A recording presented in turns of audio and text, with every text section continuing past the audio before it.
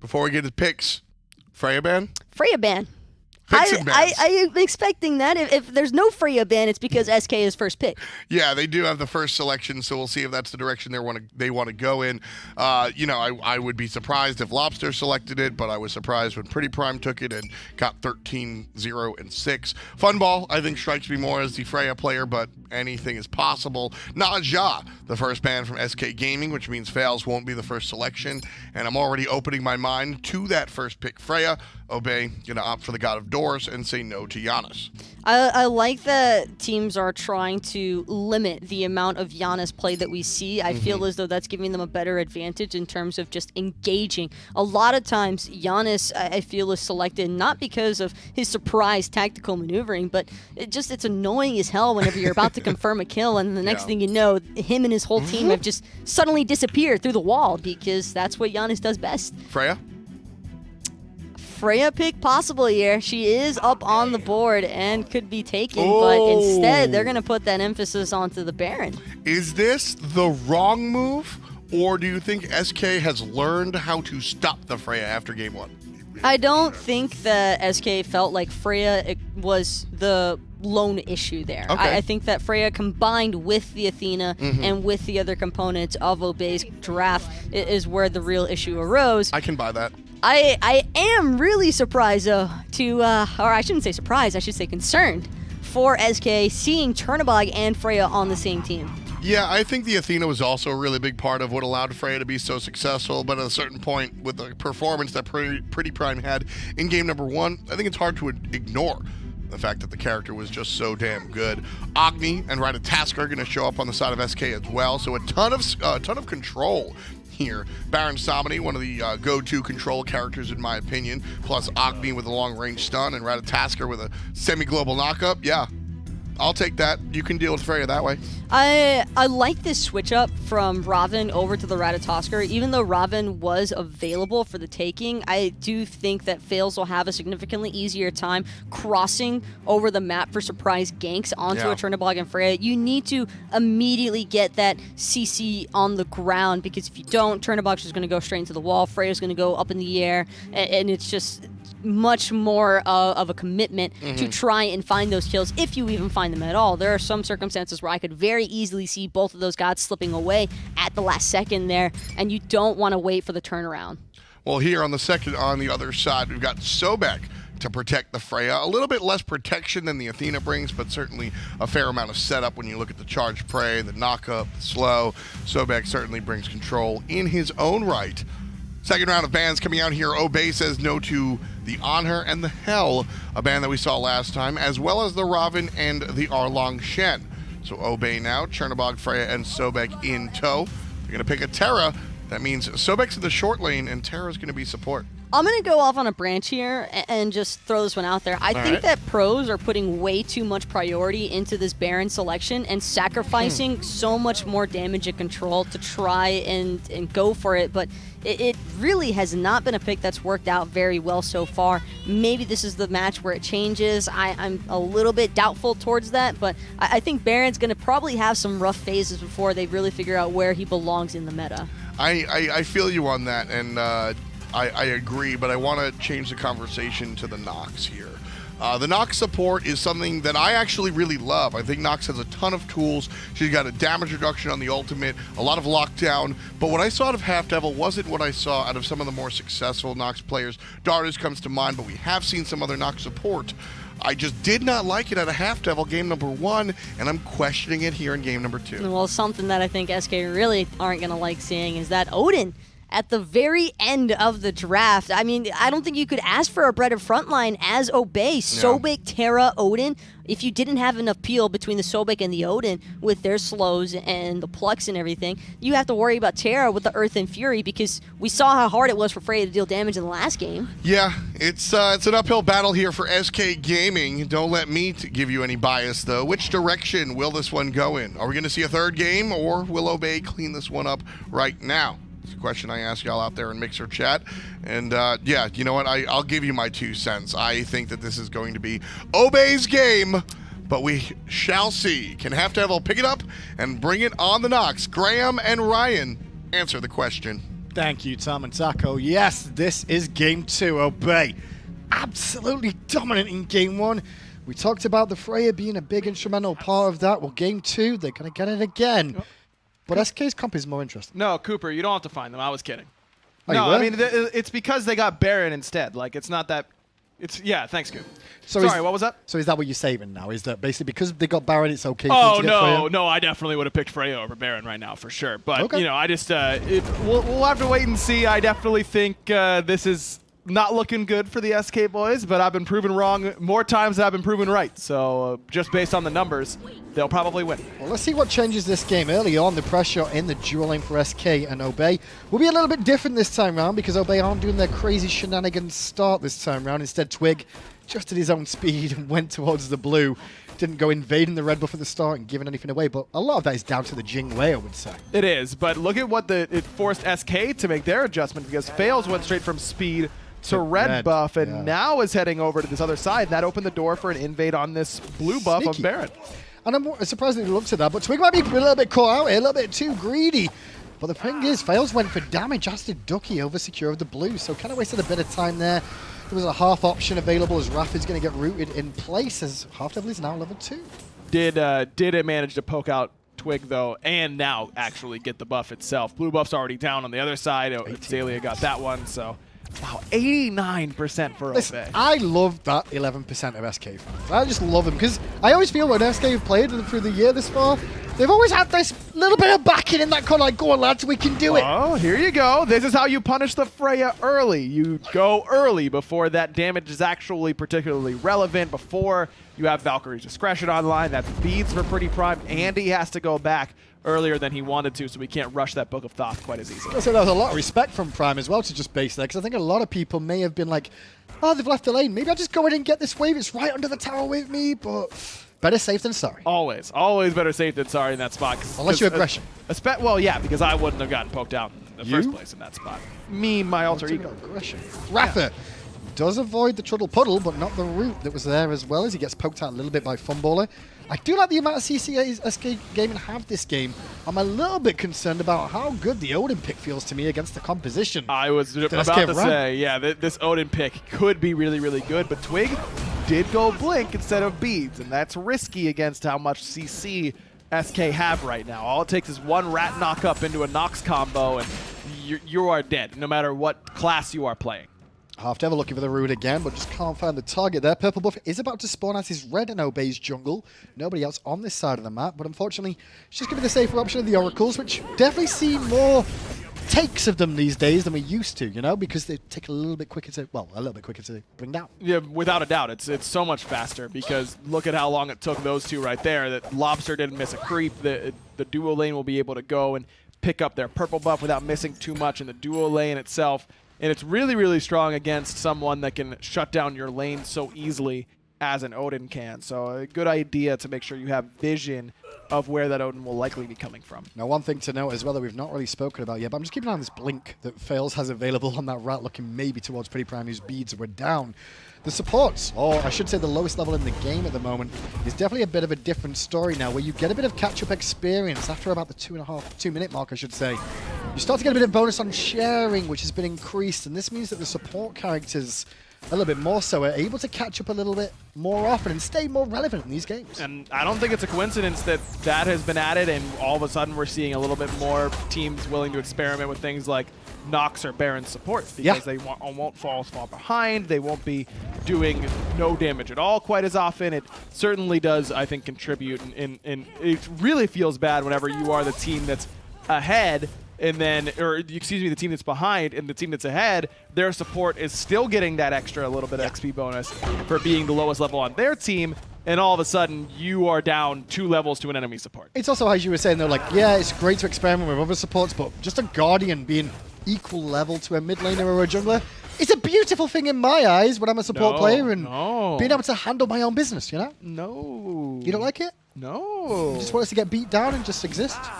No, keep you alive? I want you to help me out. What about me carrying you? Is that all out? No, that's fine. You can carry me from 2 levels down like a good support. No, but what about if I was equal level and carrying you? What's wrong with that?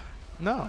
I believe it was Heroin who once said that supports should just hit level 5 and then stay in base to not take anyone else's farm after that. Who said that? I think no one. I don't remember. Oh, I thought you said somebody's name. I was like, I wanted to know who it was because they were about to get destroyed. No, not me. I'm not selling someone out. No way. I don't remember. Better no idea. one checked the VOD, by the way. So far, 5 minutes in. I'm going to go back and watch it eventually. Please Someone don't. just tweet at me so I don't have to. 5 minutes in, still no kills in this one. Just a 300-400 gold lead in the moment for Obey. Down to superior farming, but it's not a big deal when you think about that being split across 5 members of the team. Twig versus Faeles in the jungle, a rat versus a panda.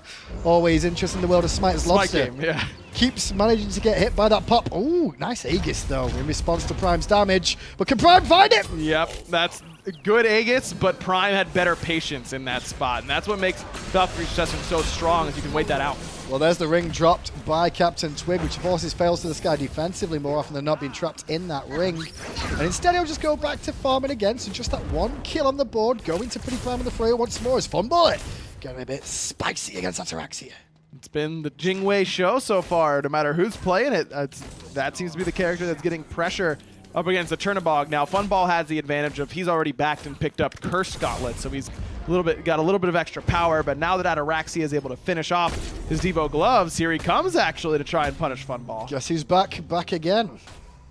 Ataraxia is back. Funballer knew about it. It doesn't really matter. He should tell a friend. He probably did. He probably did. He probably said, hey, that's Chernobog gold. He's Unless here. he doesn't class his teammates as being friends. That's also another opportunity. Yeah. Oracles are available here on the left-hand side that no one's really looking at the moment. Wall coverage on the left-hand side of the map is all Obey. Pretty much on the right-hand side, it's a little bit more SK heavy, so you can see we're a little bit worried about the concerns on that as Ducky. Look at that sustain, it's insane. iRaffer in a bit of trouble here. Double bomb right there, and a good ultimate by HalfDevil. Just make sure that kill gets secured by SK. That was good timing, though, because Twig didn't have his ultimate at the same time, so HalfDevil could get that deep and not be caught out of position. Oracles go the way of Obey, which is kind of important, but Faeles looking aggressive at PrettyPriMe with the support of HalfDevil, gets the ultimate out of the Freya. Faeles already down to half HP, but they've got numbers here around this left side mid Harpy, so that'll force Obey Alliance back.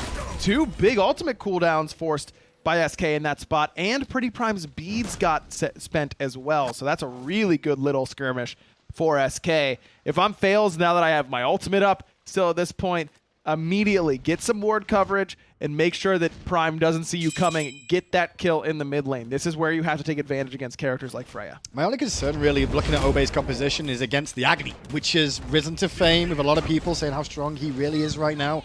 But the range is what the key is, and the setup potential for the rest of the team to combo off of the potential stun. And even if it's not him setting up, the damage that he'll rain down is going to be hell. Oh, it's so good. That long range damage, it sets up for a Nox combo that isn't always easy to connect with, and make sure that HalfDevil can then lock you down. If HalfDevil does get to start it off, like we saw in the mid lane against iRaffer, then you get to bomb, stun. So you're guaranteeing 2 bombs and the Flame Wave, which is basically going to kill just about anyone if you can get off 2 bombs and a Flame Wave. And both these mages in the mid lane going Book of Thoth as well, which is the rise of power of Book of Thoth, realistically. What was the biggest change to it? Why is it so back at the forefront? So it's the fact that the stacks are worth more, and not only that the stacks are worth more, but the conversion is the big thing. When you evolve, you get an extra 2% mana to power conversion, so that's 5% in total. But it's not just Book of Thoth, it's the Book of the Dead. Got a lot better. It's that now you get a shield based on your max mana,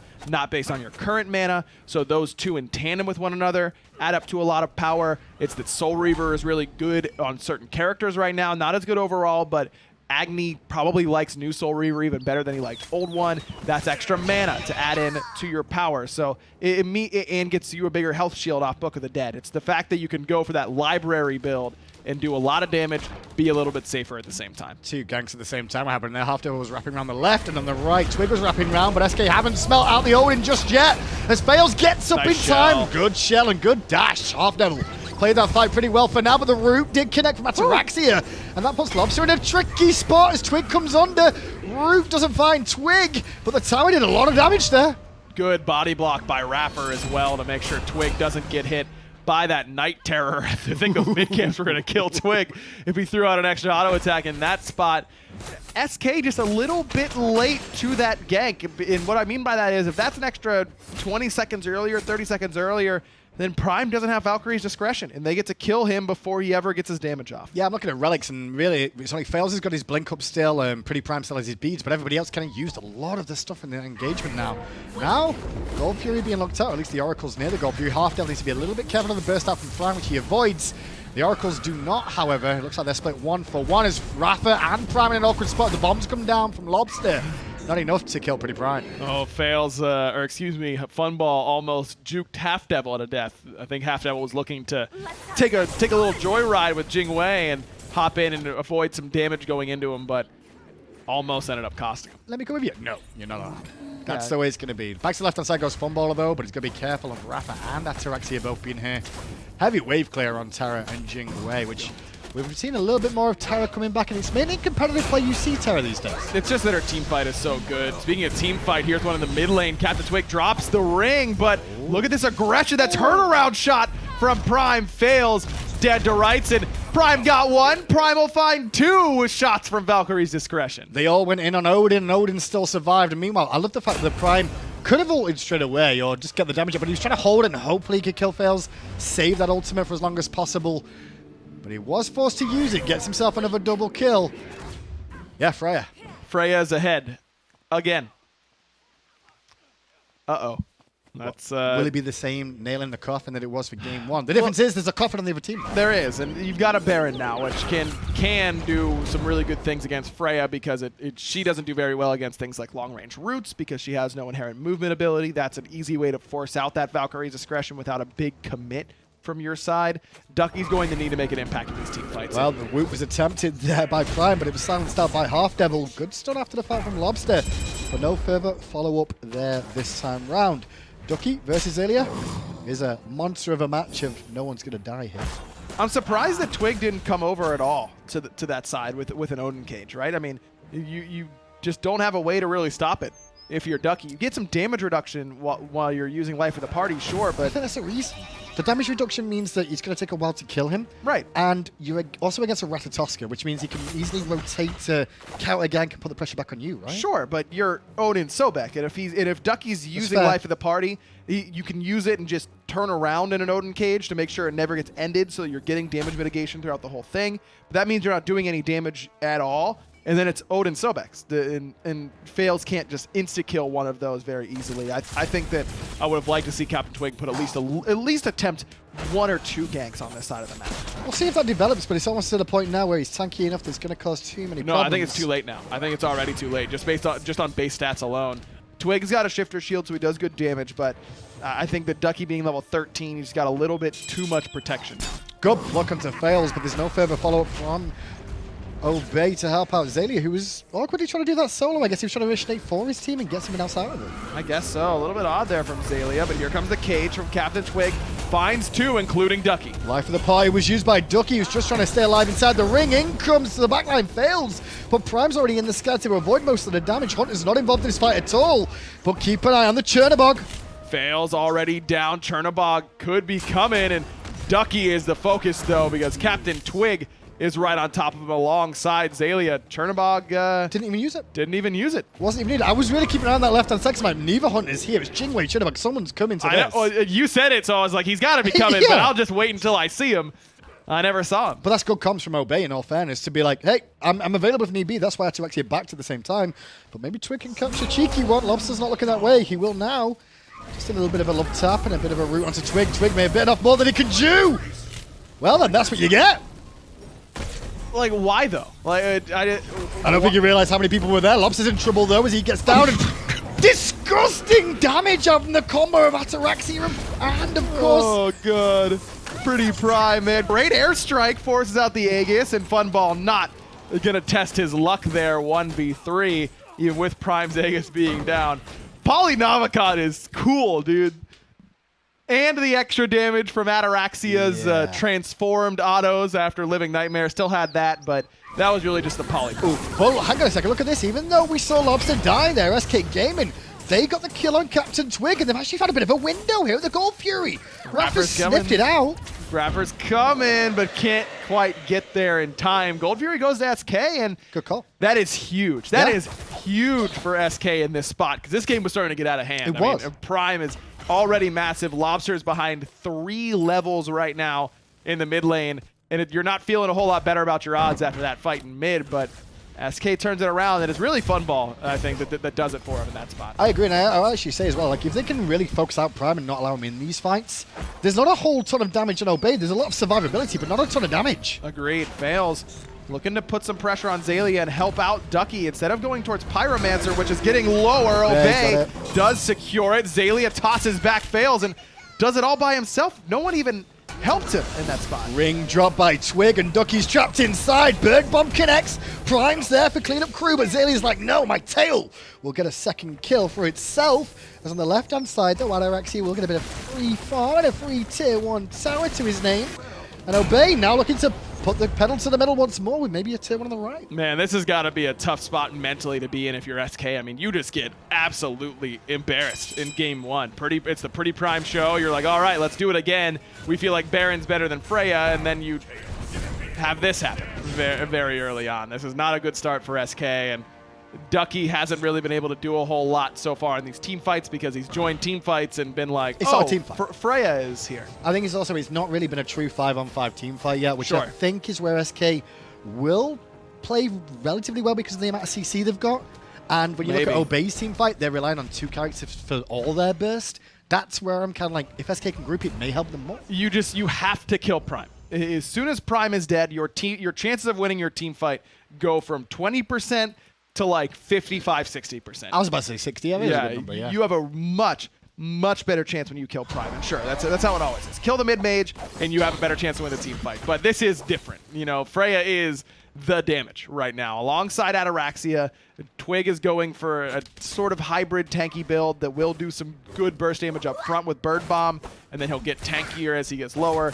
But overall, without Prime and without Ataraxia, no one on Obey is doing relevant damage. But realistically, look at the top damage dealers. It's currently Jing, Wei, and Agni for SK. HalfDevil biting off a little bit more than he can chew on his own here. A little bit too aggressive as he gets trapped in the ring, but it's wasted the ring, and in comes Faeles, looking at Prime, who has to ult defensively. Really good ult from Prime, makes sure he saves his relics. Faeles goes back in and gets a big heal off that heal from Ducky, who uses life of the party, but he gets plucked back in. Boost beads from Ducky, and that might spell his end. It really could, as he's trapped in a bit of an awkward spot, but duking out well, still alive. The tail whip from Xaliea is good. The block is even better, but Xaliea loses his life and trades to Lawbster. HalfDevil so low, but Prime just can't thread the needle and find that kill. Raptor the silence gets stopped by the silence. The stun is good, and that'll secure the Bird Bomb from Twig. It was so good until HalfDevil walked into the wall, and you're like, no. You did so well. Tower in the mid lane is slowly getting chipped down by Ataraxia, but he's solo and help. Oh, Lawbster. They've got to be careful. No, oh,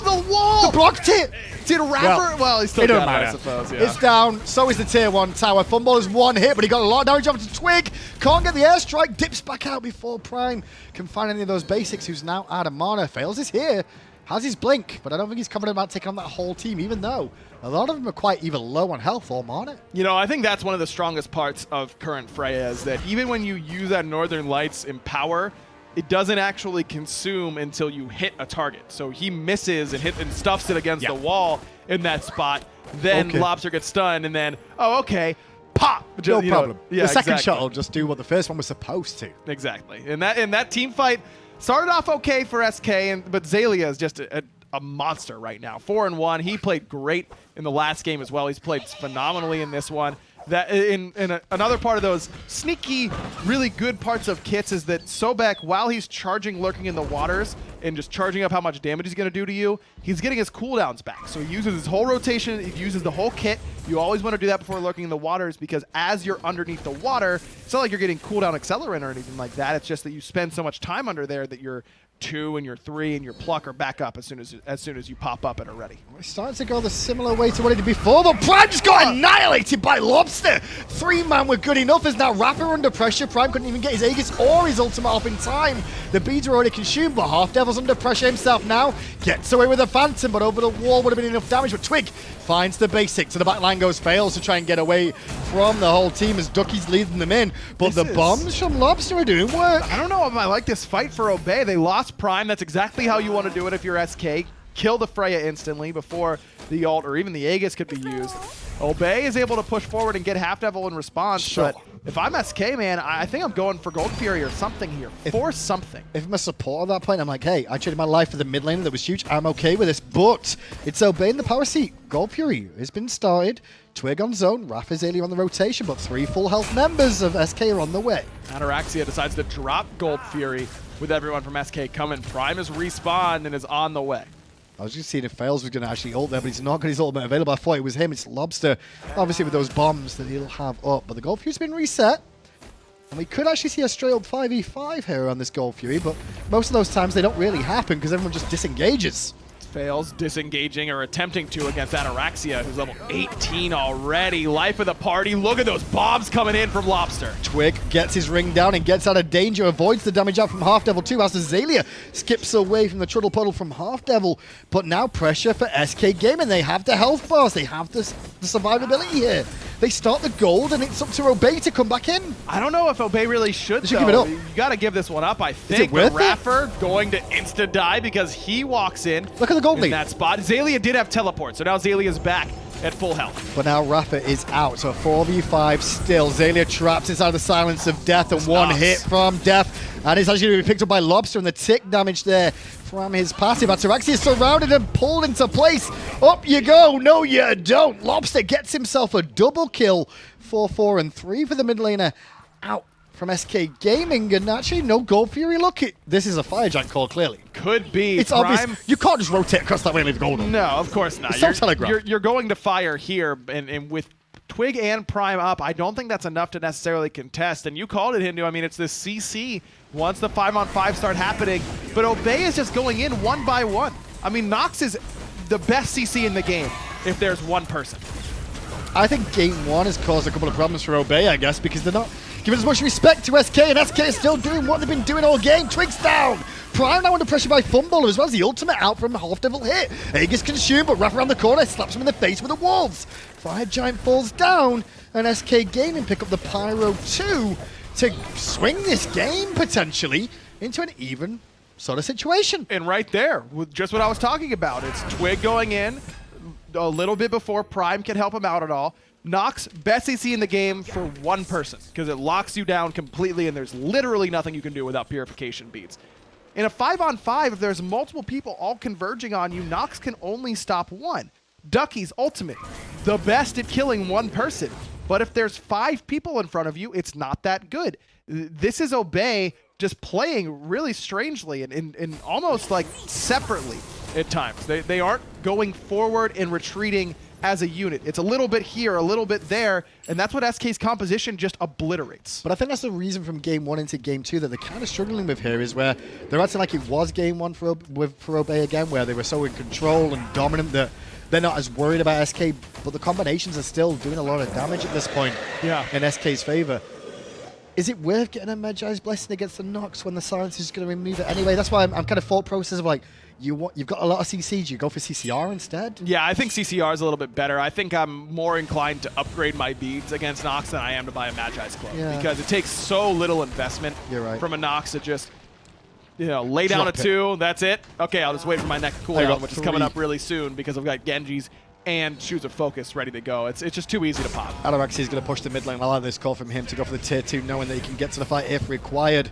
Bombs rain down from Lawbster. We're going to be saying that a lot on offense here as he's looking to just poke out, whittle down Obey as much as possible. But they do have a Lotus Crown and a bit of sustain of their own. Prime gets rooted, so that's going to be his ultimate. Nice double stun and the double cage. HalfDevil immediately gone. Ducky should be next. But he will sustain back up into the ring, falls down, and in comes Faeles, but doesn't find the target at all. Ducky's still under pressure. Rapper's looking towards him to CC him, but can't find the walls. The pluck will connect instead, and Prime takes the alley-oop, as you'd expect. Back to the fountain, Ducky. HalfDevil, the only Phantom on the team, and he died far too quickly for it to actually connect. Twig doesn't have his blink. Airstrike up and over the wall to Funball to get him closer to his teammates. Well done. And that Fire Giant... It's only off the 2 tanks, but it is all the momentum kind of sucked out of SK's sails. But realize this as well. I mean, Obey got the tier 2 in mid lane. And then Yeah. Ataraxia came back, and now they're going to get a tier 2 in the left-hand lane. So the gold lead that they lost at the Fire Giant, they're going to actually end up evening up, if not getting back for themselves too. They could have looked for a Phoenix there, maybe? No? I guess not with HalfDevil just No, spawning. HalfDevil's coming up. Ducky's only 10 seconds. Yeah. By the time you push that wave in, it's 5 seconds left now for Ducky. So It's fair. not a good idea. All your relics are down for iRaffer and for CaptainTwig, and all your ultimates are down outside of lurking in the water. So I like the idea from Obey to just take their win and back it up, because 3 people from SK still have FG. Looking at Hunter builds now, we're not seeing too many changes throughout the season in terms of options, but it looks like Ataraxia is bringing one of the new bows into play. You could always trust Nate to throw you a loop, right, and throw you for something else. But I'll tell you what, I think Atalanta's bow is really, really good. It's specifically in comparison to how much it's picked. It is just a lot of stats on this item for not that much investment. 30% attack speed and 30 power is really, really solid. Yeah. And then you get a ton of movement speed, like a ton. It's absurd. You're so fast. CaptainTwig being zoned out on the right-hand side as they chip away the tier 1 tower here, SK. But we'll see how that mobility comes into play for Ataraxia as this continues, because it's definitely a mobile item for himself. He's actually dealing with HalfDevil on this left-hand side now, avoids the root and the Silence of Doom. It's basically like having haste when you use Living Nightmare, because you already get movement speed that you go so fast. Tier 1 tower falls down as the ring is dropped, but Phantom's out too. That Phantom's not going to really do too much here as life in the pot used by Ducky onto Ataraxia. On the backside, Lawbster being pressured out by Twig, and no support for Lawbster means that he will be a casualty that nobody noticed until too late. And now Faeles, meanwhile, the rest of SK noticing that Lawbster's in trouble and left Faeles on his own. Fails. Oh, Blink just came up for him and couldn't pull the trigger in time. A double kill there for CaptainTwig, but you're right. Someone's got to turn around and help Lawbster. And that's either Lawbster failing to say, I need help, and making sure they know he means it in that spot, or someone from SK's got to do a better job of turning for him. Or abandon it and protect Faeles as well. Don't lose both. Yeah. I guess in a weird way. And you saw the player, you saw the cameraman just highlight the damage there. Like, you probably should protect the Agni a little bit with that much damage on the board. You should always protect your mid laner. They're the No. coolest. No. Typically the smartest. No. Actually, that's not true. We all know that supports are definitely the smartest role. But outside of supports, You mids okay? are the next smart. Even I wouldn't say the supports are the smartest role. Who would you say is the smartest role?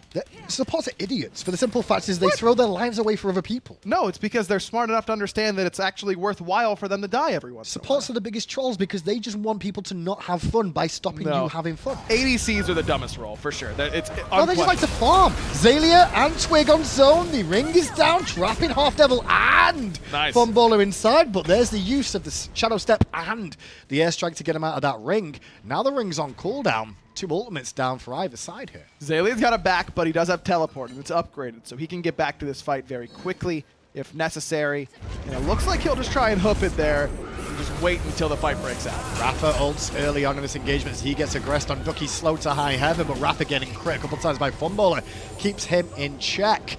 Obey struggling to get the damage out is the real issue, but the damage from SK is really starting to hurt Prime. He's in a lot of trouble. Has his ult still fails in the sky? Can he hold long enough? Oh no, Faeles pulls the trigger a little bit too early, and he's gonna get punished. Nearly. Ducky able to keep him up and healed with that consigned spirits. It's the Prime the damage. first one to fall. The amount of damage SK have compared to that of Obey, it's just too much, and that's what's overpowering them now. It's not just the fact it's the CC, but multiple damage dealers are really starting to make an impact. This could be a fire giant for SK.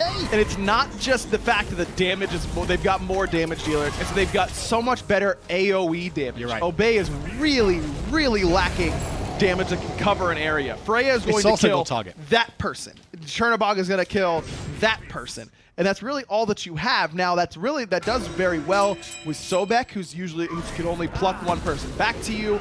If you can take people one at a time, it's great. But when the whole team is running at you, it doesn't quite do as well, whereas Lawbster's bombs are just decimating these team fights. Tier 1 on the right hand side goes down. There's only 2 tier 2 towers remaining on the entire map, and they're both Obeys, but that's a good chunk of gold for SK if they can find them both here, just to take a bit more of a gold lead. Now, granted, we're almost at the point where gold's not going to matter as much. You can still see that Lawbster still needs to complete his final item, and a couple of blessings are still on the board right now, but sooner or later, it just comes down to the team fights. Look at that, an Atalanta's bow for Funballer as well. Okay, he saw it. He got wanted to Titans. troll you, that was you. Come on, man. What's that about? No, I think Titan's Bane's good here as well. I guess it's with how tanky CaptainTwig is and Xaliea. Titan's Bane is definitely better, but I wanted to say Atalanta's is good, and you should buy it. You know what I realized so far why SK is doing better this game? Why's that? It's because HalfDevil changed skin. He changed his skin? Yeah, he was on the buddy skin. Oh, was he? Yeah. This is a good skin.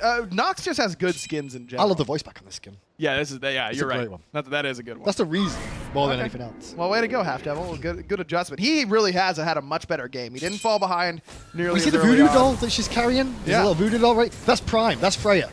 That's why it's working, because every time like a fight comes out, he's like, no! Stab it again! Make sure he can't get involved. We should have been stabbing it a little bit earlier, because... Well, he didn't have the skin last time, did he? Let's be honest. Well, I mean, even in the early game of this game, All right. Freya was doing some good work. It just took some time. He needed to get an extra couple hairs off There you PrettyPriMe in go. order to get He'd it not working. collected enough pieces of it. That's that was right. the key. 10-16 then, but SK Gaming technically in the driving street at this point with Fire Giant around all their wastes. All relics are nearly available. They might want to wait for Funballers beads to come up, which are about 15 seconds away.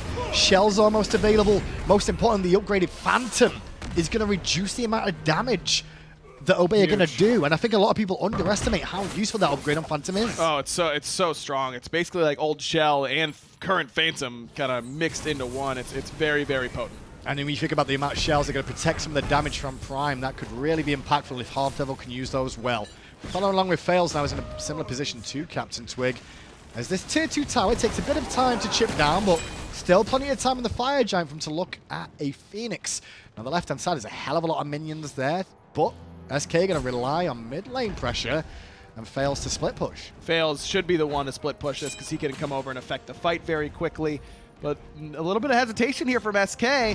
No minion wave, I know, but this is a good time to get some chip damage on that Phoenix. They're starting to chip a little bit. A couple of autos from Lawbster and Funballer there. Got to be careful about their grouping up, even though they do have the ring. And that's kind of what they're after here. Bait out some of the abilities from Obey before the full commit happens. Or get the poke damage.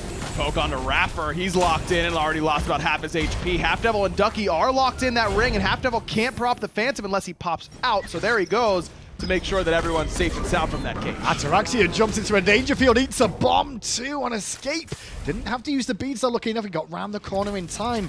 But quite a few ultimates consumed so far. Fire Giant available for a little bit longer. They're still trying to force this SK. Funball lost the beads there though. Great bomb stun from Stay. Lawbster onto two members there. Stun onto CaptainTwig from Faeles as well, but Mid Phoenix still healthy. Oh, but Raff's ultimate is going to help out a lot, but he's taking a lot of pressure himself. Into the sky goes Prime, looking to clean up, but Lawbster already takes out Raffa. The heals and sustain causing so many problems for Obey Alliance on trying to just whittle down these health bars. No anti-heal right now, and that Baron sustain is too much, though. That'll get the job done as well from Funball. Good knockup from him. Middle Phoenix will fall, or will it? Twig got in there in time. The body blocks won't be enough. And it looks like we may end up seeing HalfDevil or Ducky fall down, but the beats were amazing, and Xaliea ends up being another casualty if Prime can clean this up. Oh, no. Ducky gonna put an end to that one. Life of the party. Twig can't attend. He'll RSVP and no to that party, but I don't think he's going to be standing much longer, or maybe even his Titan could be the call. They could end. I mean, it's only Twig left alive. SK Gaming, they didn't get the kills on the board that win them the game. No, they just won the objectives in a couple of damn good fights. What did Prime start out in that game? 5-0? 6-0? I say 4. I think it was like 4. Something like Maybe that. not Well, 6 was game 1. look, Lawbster and Funball there, the two veterans of SK, kind of put the foot down and make sure that they don't lose that game. For me, the turnaround is that bottom left side Harpy where iRaffer and Prime kind of waltz in, think they can do whatever they want, and then they both get popped very, very quickly, and that just started SK off. It gave them some much-needed confidence, because when you get rolled in game 1 and it looks like you're getting rolled again in game 2, you need someone to be like, we can do this, you know, we can actually kill these guys, and that's exactly what SK did. Still think they need to ban Freya?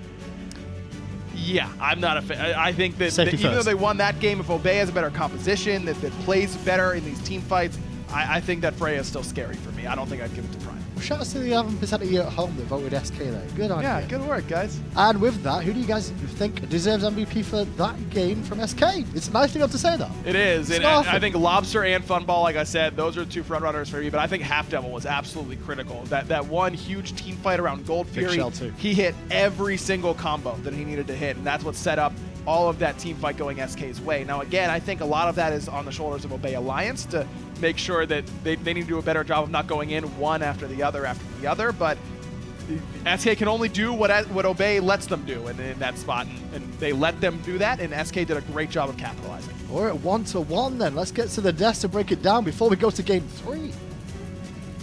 Thank you, Hindu Man. Thank you, Aggro. And as the guys said on the commentary, I mean, yeah, you know, it's exciting to see SK go ahead and take a victory, especially when it just comes off of, I mean, raw performance. You can say that Obey kind of threw the game, but I think it was really taken by SK Gaming. I think Obey threw their lead, Sure. without a doubt. There's no doubt in my mind that Obey 100% threw their lead at that Gold Fury pit. iRaffer kind of just starting things off, engaging at 20% by himself, gets silenced and picked. No real surprises on that one. And then it was just an assembly line after that. Obey going in one by one. And we all know what happens when you take one person into the center of 5, even with a lead, you're typically not going to come out on top there.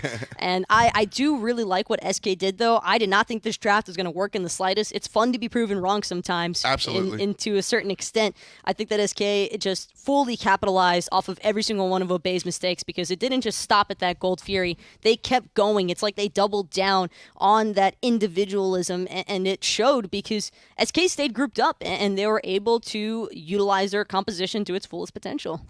Most valuable player of this one goes to Lawbster. 35,000 player damage. Fantastic stuff. The long-range initiation, the stuns from a distance really are what made this victory possible. Shoutouts to Aggro there as he complimented HalfDevil as well, who had a much better game number 2 than game number 1. I had said I really didn't like his Nox performance. He must have heard me, because he turned things around, and the support from HalfDevil, the support from the jungler as well, allowed Lawbster to just come out swinging and honestly look like the Lobney I used to know back in 2013. Something else I really liked about this is that it's a relevant reference now to bring up that second match between Mouse and Dignitas, because we saw the Agni and we were able to touch on why Agni could be great against Freya. This was it being proven Sure. how Agni can actually be a little bit of, not necessarily a direct counter, but just give your team the opportunity to actually breach past those defenses, breach past that initial burst of damage, because